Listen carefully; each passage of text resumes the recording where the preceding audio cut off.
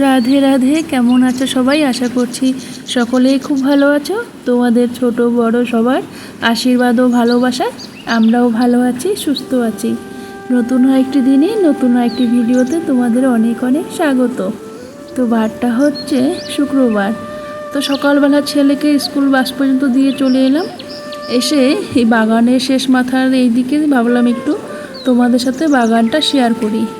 সবুজে ঘেরা বাগান দেখতে সবারই ভালো লাগে। সবুজ তো এমনিতেও ভালো, তো বাগানের কচি পাতা বের হচ্ছে, বাগানটা আরও সবুজ হয়ে উঠছে।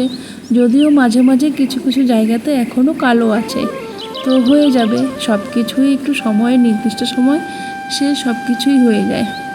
তারপর চলে এলাম বাড়িতে, ঝটপট করে ড্রেস চেঞ্জ করে, বাইরের পোশাক চেঞ্জ করে, তারপরে হাত পা ধুয়ে এই দিকে গাছগুলো দেখতে চলে এলাম। আর এদিকে এসে দেখি বরমশাই কোথা থেকে একটা ঝাড় নিয়ে এসেছে। ঝাড় নিয়ে এসেছে।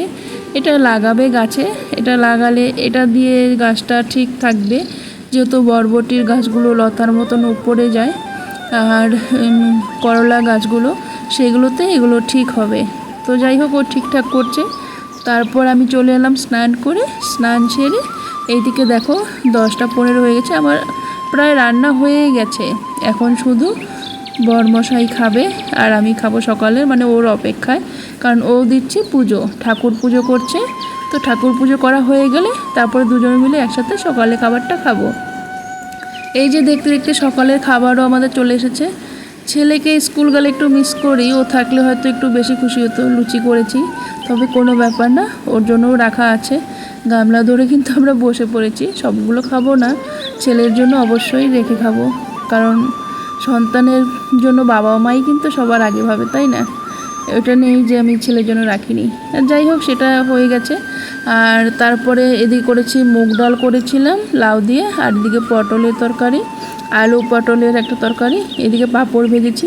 পাঁপড়টা জানি না কেন ফেনা হচ্ছে, হয়তো একটু অন্যরকম কিছু আছে। আর এদিকে ছেলে পাঁপড়ের গন্ধ পেয়ে ও আগে রান্নাঘরের দিকে ছুটে গেল, যে কিসের গন্ধ বেরোচ্ছে আমি আগে গিয়ে দেখব।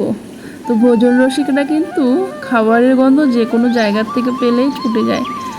তো বিকেলবেলা ছেলে বসে বসে টিভি দেখছে। আমি বলছি কি ব্যাপার, 5টা বাজে কখন থেকে টিভি দেখেই যাচ্ছে। আর আমিও মোবাইল দেখছিলাম এতক্ষণ, তো ওকে শুধু দোষ দিয়ে তো লাভ নেই। আর এই দিকে বাইরে ভাবলাম একটু বের হয়ে, গাছটা যখন চোখে গেল আমার, তখন ভাবলাম তোমাদের সাথে একটু শেয়ার করি। জানালা দিয়ে ওই গাছটা দেখো, এটা হয়তো বট পাকড় গাছ হবে হয়তো, এত সুন্দর হাওয়াতে দুলছে না। আর দেখতে বেশ পাতাগুলো ঝিরিঝিরি, একদম খুব সুন্দর লাগছিল দেখতে। তো চলো তোমাদের ঘরের থেকে শুধু দেখাবো না, বাইরের দৃশ্যটাও বাইরে গিয়ে দেখাই, শেয়ার করি।